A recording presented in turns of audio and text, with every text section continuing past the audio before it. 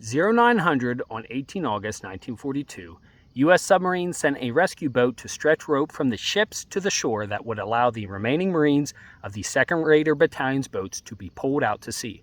However, just as the operation began, Japanese planes arrived and attacked, sinking the rescue boat and attacking the submarines, which were forced to crash dive and wait on the bottom the rest of the day.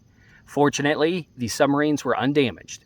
At 23:08, having managed to signal the submarines to meet his raiders at the entrance of Makin Lagoon, Lieutenant Colonel Evans Carlson had a team led by Lieutenant Charlie Lamb build a raft made up of 3 rubber boats and 2 native canoes powered by the 2 remaining outboard motors. Using that raft, 72 exhausted raiders sailed 4 miles from Makin to the mouth of the lagoon, where the submarines picked them up. Carlson reported that he had personally counted 83 Japanese bodies and estimated that 160 Japanese were killed based on reports from the Makin Island natives with whom he spoke.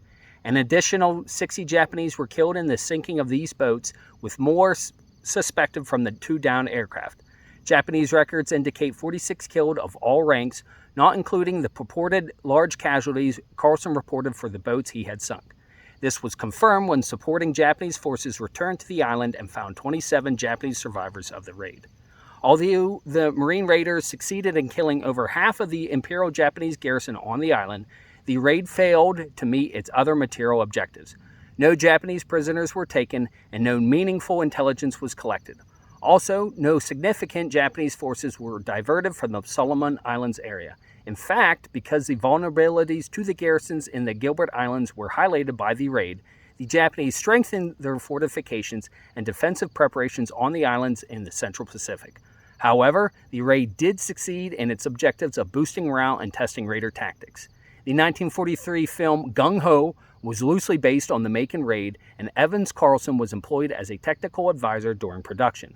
Marine Sergeant Dallas Harry Cook, posthumously, and Brigadier General, then Major, James Roosevelt, eldest son of President Franklin Roosevelt, each received a Navy Cross citation for their efforts during the raid, and Sergeant Clyde A. Thomason posthumously received a Medal of Honor. Thomason was the first enlisted Marine to receive the Medal of Honor during World War II. In 2000, 58 years after the raid, the remains of 19 Marines were found on Makin Island through bioarchaeological excavation and recovery, then sent to the Defense Department Central Identification Laboratory in Hawaii, where they were identified. 6 of these Marines were returned to their families for private burial ceremonies. The remaining 13 were buried with full honors at Arlington National Cemetery after a funeral service at Fort Myer Chapel, at which Marine Commandant James L. Jones spoke.